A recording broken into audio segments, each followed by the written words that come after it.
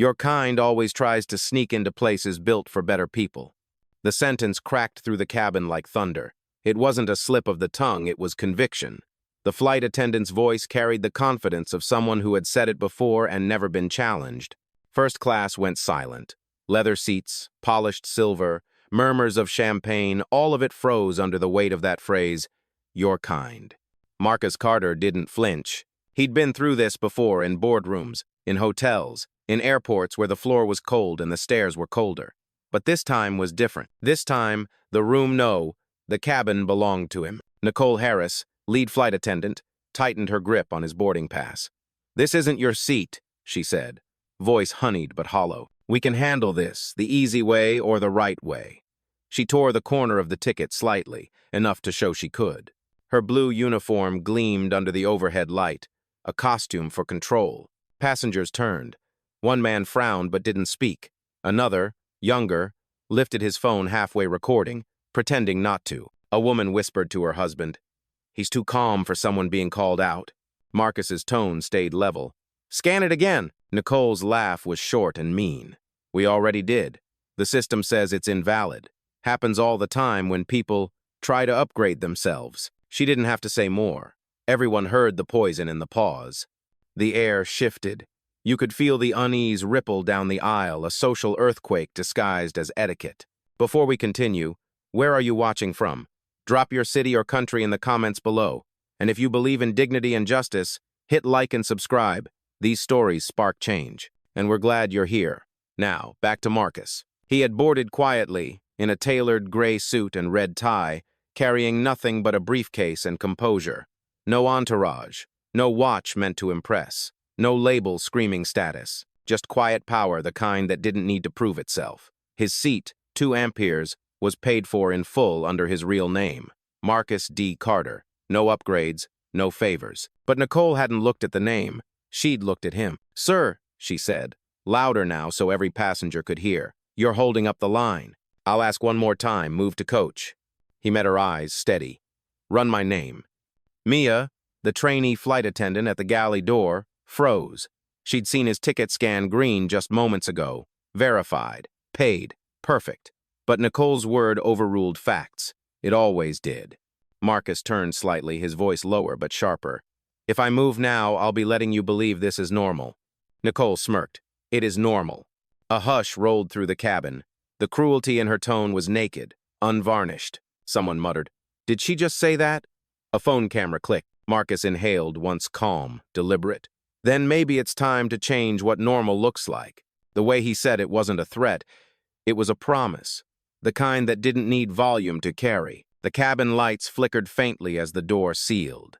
Engines began their low rumble beneath the floor. And while everyone else buckled in for departure, none of them realized the flight they were about to take wouldn't just leave the runway, it would rewrite who had the right to belong above the clouds. Marcus stood perfectly still, the torn corner of his boarding pass hanging between them like a flag of defiance. Around him, the luxury of first class had become a stage. Leather seats, gold trim, the faint scent of citrus and jet fuel, all of it now charged with tension. Nicole Harris adjusted her uniform, her jaw tight, her authority shaking just slightly under the weight of so many eyes. He did not speak right away. Silence to Marcus was strategy. He knew the power of letting someone underestimate him long enough to prove themselves wrong. Nicole tapped her earpiece and spoke into the small microphone pinned to her collar. "Security to gate B19, possible seat fraud, male passenger refusing to comply." Her tone was clinical, rehearsed. Several passengers gasped. One woman whispered, "Fraud? He did nothing." Another shook her head. "I just saw him board first."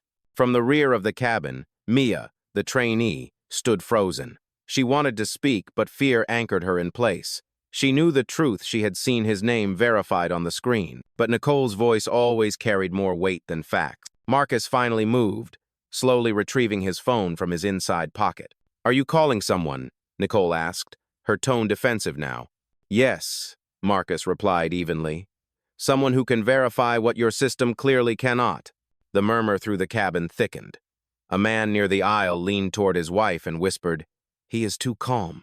He knows something." Nicole crossed her arms. "You can call whoever you want, sir."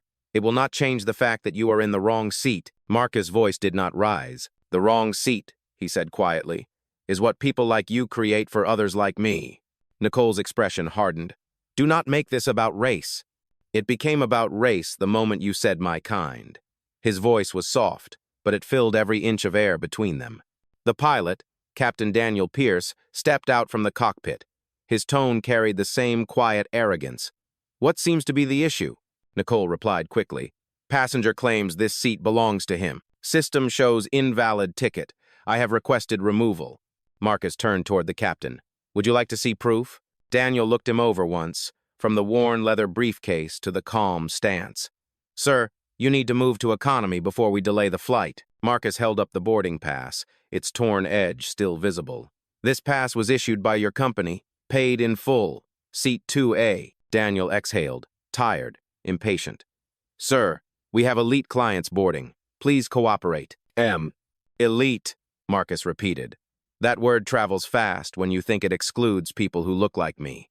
For a second, no one spoke. Even the hum of the engines felt louder than breath. Then a passenger in row 3 raised his phone higher, camera red light blinking.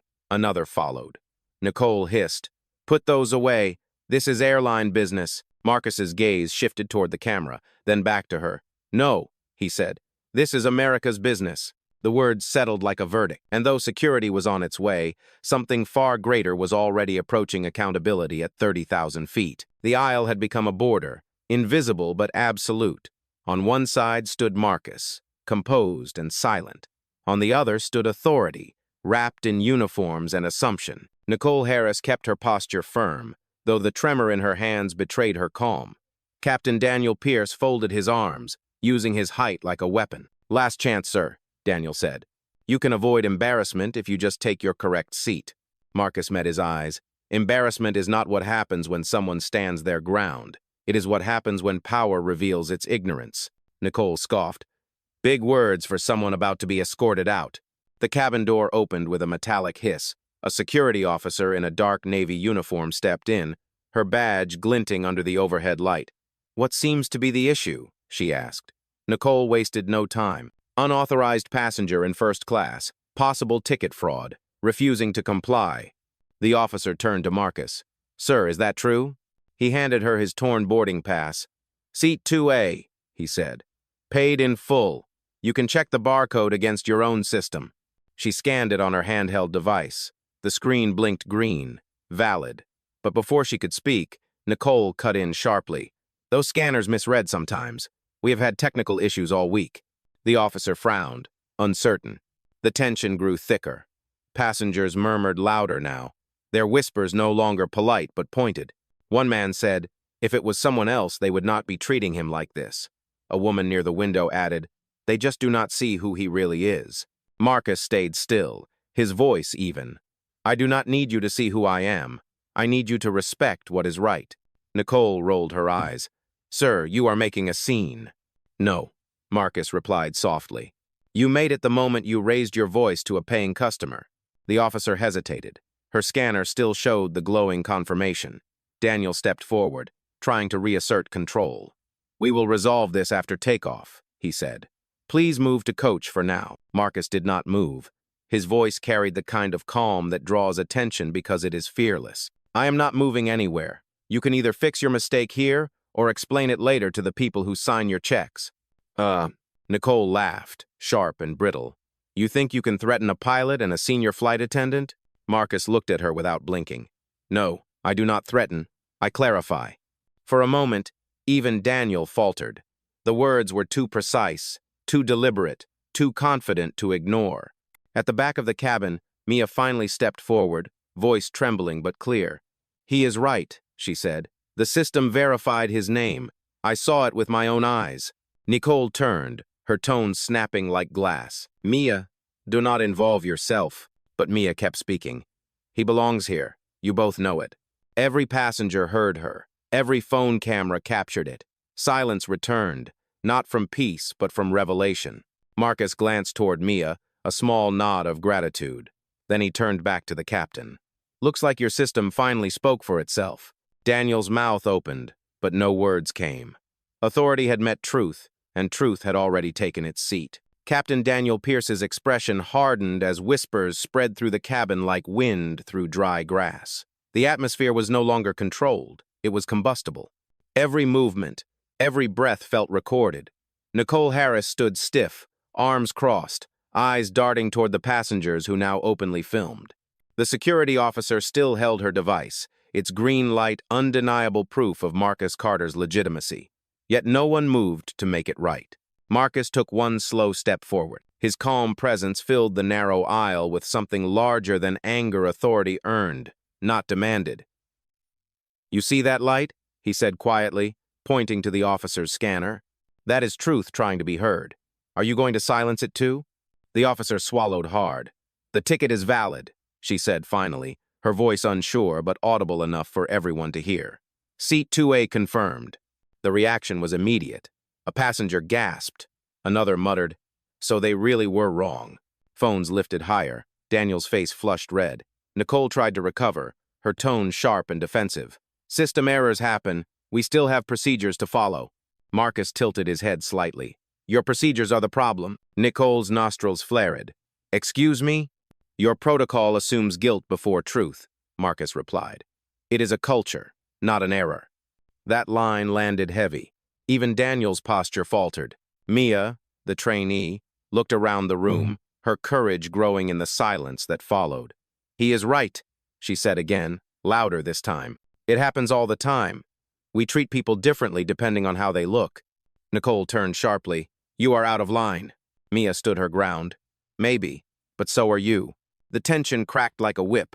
Nicole took a step closer to Marcus, lowering her voice, but not her hostility. "You think this performance will get sympathy? People like you play the victim until someone tells the truth." Marcus met her gaze, unwavering. "The truth is exactly what I am waiting for." He reached into his jacket, pulling out his phone. The action was slow, deliberate, so no one could mistake it. The camera on every passenger followed. He pressed a single contact, Rachel Harris, executive assistant. The call connected instantly. "Rachel," Marcus said calmly, "initiate internal verification protocol for Flight B-19. Her voice, crisp and composed, came through the speaker. "Understood, Mr. Carter. Verification is live. Corporate compliance is listening." The words hit the cabin like a thunderclap. Daniel blinked. Nicole froze. The security officer lowered her scanner as if it suddenly weighed more than her arm could hold. Rachel continued, her voice echoing through the phone speaker. "Mr. Carter, would you like me to notify the board?" "Yes," Marcus replied. "Tell them I have just been denied access to the seat I purchased on the airline I own." The cabin erupted in whispers, disbelief mixing with realization. Nicole stepped back, her lips parting but no words forming. Daniel looked at him, confusion and recognition dawning all at once. You are Marcus Carter?" he asked. Marcus nodded once. "Majority owner, and at this moment, a very disappointed passenger." The silence that followed was no longer oppressive. It was surrender. The truth did not explode, it settled. Heavy, undeniable, and cold as metal. Every person in that cabin now knew who Marcus Carter was. The man they had watched get humiliated was not a lost traveler, not an imposter, but the new majority owner of the airline itself. Cameras kept rolling, catching the instant when arrogance turned into panic. Nicole Harris stepped back until her shoulders met the galley wall. The color drained from her face. "This has to be a mistake," she whispered, as if saying it could make it true. Captain Daniel Pierce cleared his throat, trying to reclaim control that had already left him. "Mr. Carter," he began, "if we had been informed that ownership had changed." Marcus interrupted softly. "If you had treated every customer like they mattered, you would not need to be informed." The officer by the door straightened, as if remembering where loyalty should lie. "Sir, would you like me to document this incident?" Marcus nodded once.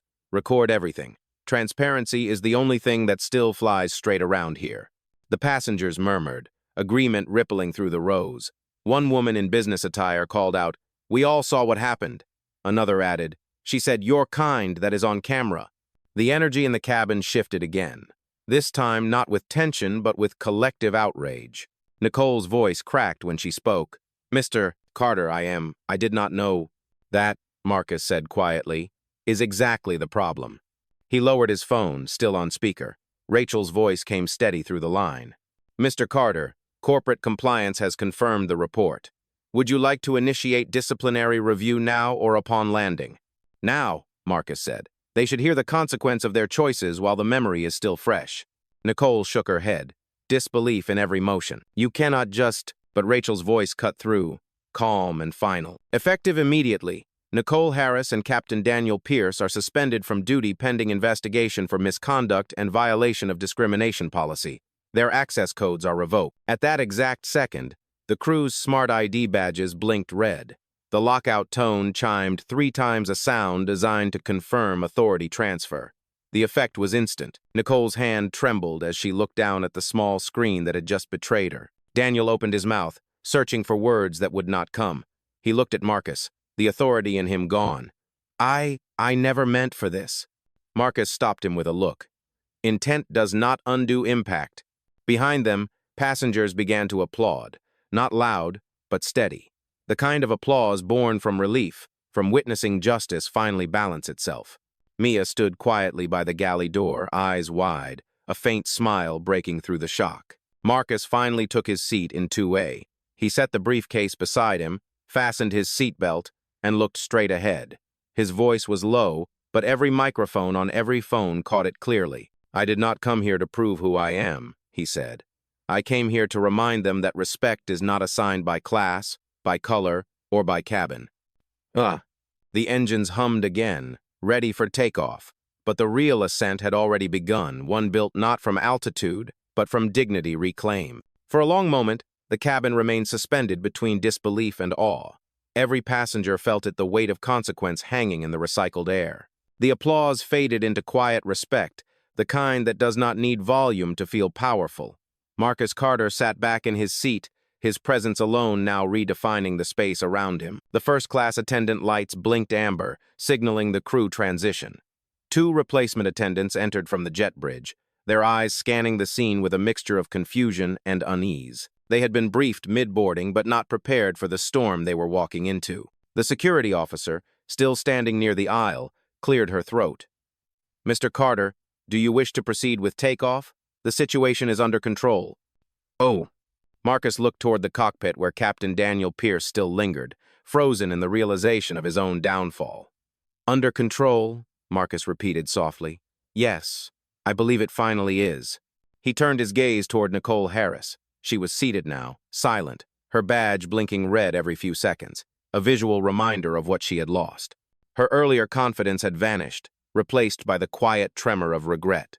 Marcus studied her for a moment not with vengeance, but with clarity.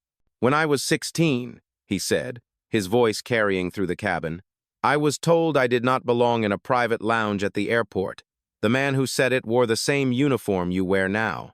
I remember how it felt to be treated as if my very existence was a disruption. Nicole's eyes lifted, wet with humiliation. I promised myself that if I ever had the power to change that feeling for someone else, Marcus continued, I would.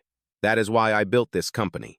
And that is why it breaks me to see my own people repeating the same mistake. The passengers listened in absolute silence. Even the low rumble of the engines seemed to quiet for him. Mia, the trainee, took a step closer. Sir, she said softly, I am sorry for what happened. Thank you for standing up, for all of us. Marcus gave her a small nod. You did not stay silent. That takes courage. Remember that. The day you choose silence to stay safe, you lose more than your voice, you lose your purpose. Rachel's voice came faintly through the phone still resting on the armrest. Mr. Carter, corporate has confirmed the public relations team is preparing a statement. Media may request comment once you land. Marcus sighed, his tone even but heavy. Let the statement be simple. Tell them respect is no longer optional at 30,000 feet. Passengers began clapping again, this time slower, steadier, with emotion instead of shock. Someone whispered, that is leadership. Marcus turned his face toward the window. The runway lights blurred slightly through the glass as the aircraft taxied forward. For the first time since boarding, he allowed himself to exhale fully. Justice had taken flight before the plane ever left the ground. Outside, dawn broke over the tarmac, painting the clouds in pale gold. Inside, every person sat a little straighter, understanding that they had just witnessed more than a confrontation. They had witnessed a change. As the aircraft rolled toward the runway, The cabin had transformed from a place of tension into a quiet courtroom of reflection. No one dared to whisper. No one reached for a drink. The silence was reverent, almost sacred, as if the passengers feared breaking something fragile yet powerful that had just been rebuilt. Marcus Carter sat in 2A, still composed, but the intensity in his eyes had not faded. The seatbelt sign blinked overhead, a small sound punctuating the stillness. Across the aisle, Nicole Harris sat rigid, her hands clasped tightly in her lap. Her badge still glowed red, its soft pulse marking every second of her downfall. Captain Daniel Pierce emerged once more from the cockpit, hat in hand, humility written across his face. "Mr. Carter," he said quietly, "I owe you an apology. I cannot undo what has been done, but I want you to know that I see it now how wrong it was." Marcus turned his head slightly, his voice steady. "Seeing it is the beginning. Changing it is what matters." Daniel nodded, shame softening his expression. "I will remember that." Marcus looked out the window, the sunrise breaking fully over the horizon. "Do more than remember, Captain. Build something better for the next person who walks down this aisle looking like me." "Oh?" Those words landed heavier than any reprimand. Daniel lowered his eyes and returned to the cockpit without another word. Mia approached carefully, holding a bottle of water. "Sir," she said, "may I offer you this?" Marcus smiled faintly. "Thank you. You do not have to serve me. You already did what was right." Her eyes filled with quiet pride. "Still, it feels right to do this properly." She set the bottle on his tray table and stepped back, her movements deliberate, respectful. The man seated in 3C leaned forward. "Mr. Carter," he said hesitantly, "I have been flying this airline for 20 years. I have never seen someone handle injustice that calmly. How did you do it?" Marcus considered the question. "Anger burns fast," he said, "but dignity endures. When people expect you to break, composure becomes its own kind of power." The man nodded slowly, as if realizing something about himself too. Then, from the back of the cabin, a small voice broke the silence. A teenage passenger, eyes wide behind a phone camera, said softly, "Sir, thank you for not yelling. My mom told me that sometimes silence is the loudest sound." Marcus turned, his face softening. "Your mom is a wise woman." The engines roared gently as the aircraft lifted off the ground, wheels folding into the sky. Passengers pressed back in their seats, but everyone's gaze seemed to drift toward the man in 2A. The moment carried more gravity than altitude. It was the kind of rise that happens inside people, not above them. As clouds swept past the windows, Marcus closed his eyes briefly, allowing a faint smile to form. He had won something greater than victory. He had reclaimed space. Somewhere behind him, Nicole exhaled shakily. For the first time, the weight of her words returned to her like turbulence, unexpected, jarring, and deserved. At 30,000 feet, the world below disappeared beneath a blanket of clouds, but the weight of what had happened in that cabin refused to lift. The flight attendants moved quietly through the aisle, their steps cautious, their tone measured. Every passenger still felt the echo of what they had witnessed: power misused, dignity restored, and a kind of justice that did not come from rage but from restraint. Marcus Carter sat with his hands folded, the hum of the engines steady beneath him. His phone buzzed once on the tray table. A message from Rachel appeared. Media already circulating footage, trending within 10 minutes. He read it without reaction. The story was no longer his to control it now. Belonged to every person who had ever been told they did not belong somewhere. Across the aisle, Nicole Harris sat motionless, staring at her reflection in the small window beside her. Her posture was still perfect, but her confidence had collapsed inward. The words she had said, "your kind," kept replaying in her mind, each repetition heavier than the last. She wanted to speak, to apologize, to undo the moment, but she knew that some mistakes do not fade with silence. Mia approached Marcus again, her voice soft. "Mr. Carter, corporate has confirmed your landing arrangements. They have asked if you would like to be escorted to the terminal privately." Marcus shook his head. "No need. I will walk through the gate like everyone else." Mia hesitated. "Sir, there may be press waiting." He turned toward her. "Then let them see what accountability looks like. Not vengeance, just consequence." Her eyes glistened with something between pride and sorrow. "I understand." The man in 3C spoke up again, his tone sincere. "Mr. Carter, you have changed something today, not just for this airline, but for anyone watching." Marcus nodded slightly. Change is not the reward of anger, it is the result of persistence. Every time someone forces you to shrink, you decide whether to bend or build. Nicole finally found her voice, barely above a whisper. "Mr. Carter, I am sorry." He turned his head slowly toward her. The entire cabin seemed to hold its breath. "I believe you," he said. "But remember, regret means nothing if it does not change how you treat the next person." She nodded, tears finally breaking the composure that had once been her armor. The intercom chimed softly. "Ladies and gentlemen," came the voice of the new acting captain, calm and steady, "we have reached cruising altitude. Flight time to New York is 1 hour and 12 minutes. Marcus looked out the window. The sky was endless, washed in light. He thought of his younger self standing outside airport lounges he was not allowed to enter, hearing whispers that said, "You do not belong." Those memories no longer hurt. They had become fuel. He whispered to himself, "This is where we belong now." No one heard him, but somehow the cabin seemed to understand. The hum of the engines filled the silence again, not with noise, but with renewal.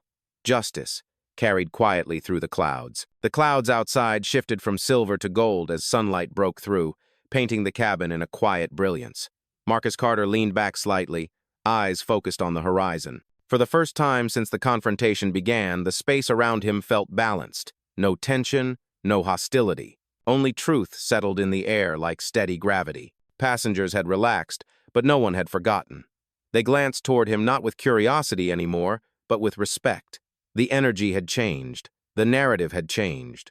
A story that began with humiliation had become a masterclass in dignity. Marcus's phone vibrated again. Another message from Rachel appeared on the screen. "Headquarters confirms board communication complete. Executives request post. Landing debrief." He typed back slowly. "Schedule it for tomorrow morning. Let them finish their shift today." Rachel replied within seconds. "Understood." Nicole Harris watched from across the aisle. Her face was pale, eyes red but dry. She had not spoken again since her apology, and her silence now felt less like pride and more like reflection. Every few minutes, she glanced toward the window, unable to meet Marcus's eyes. Mia quietly approached, setting a small cup of black coffee on Marcus's tray. "It is fresh," she said. "No sugar, just how you ordered earlier." Marcus looked at her with a faint smile. "Thank you, Mia. It means more than you know." She nodded once. "I just wanted you to have something that feels normal after all this." He took a sip, the warmth grounding him. "Normal is a privilege too many people take for granted," he said softly. Her gaze lowered. "Do you think they will really change after today?" Marcus paused, watching the clouds pass below them like shifting continents. "Change starts small. It starts when someone like you decides to speak instead of look away." Her smile was faint but real.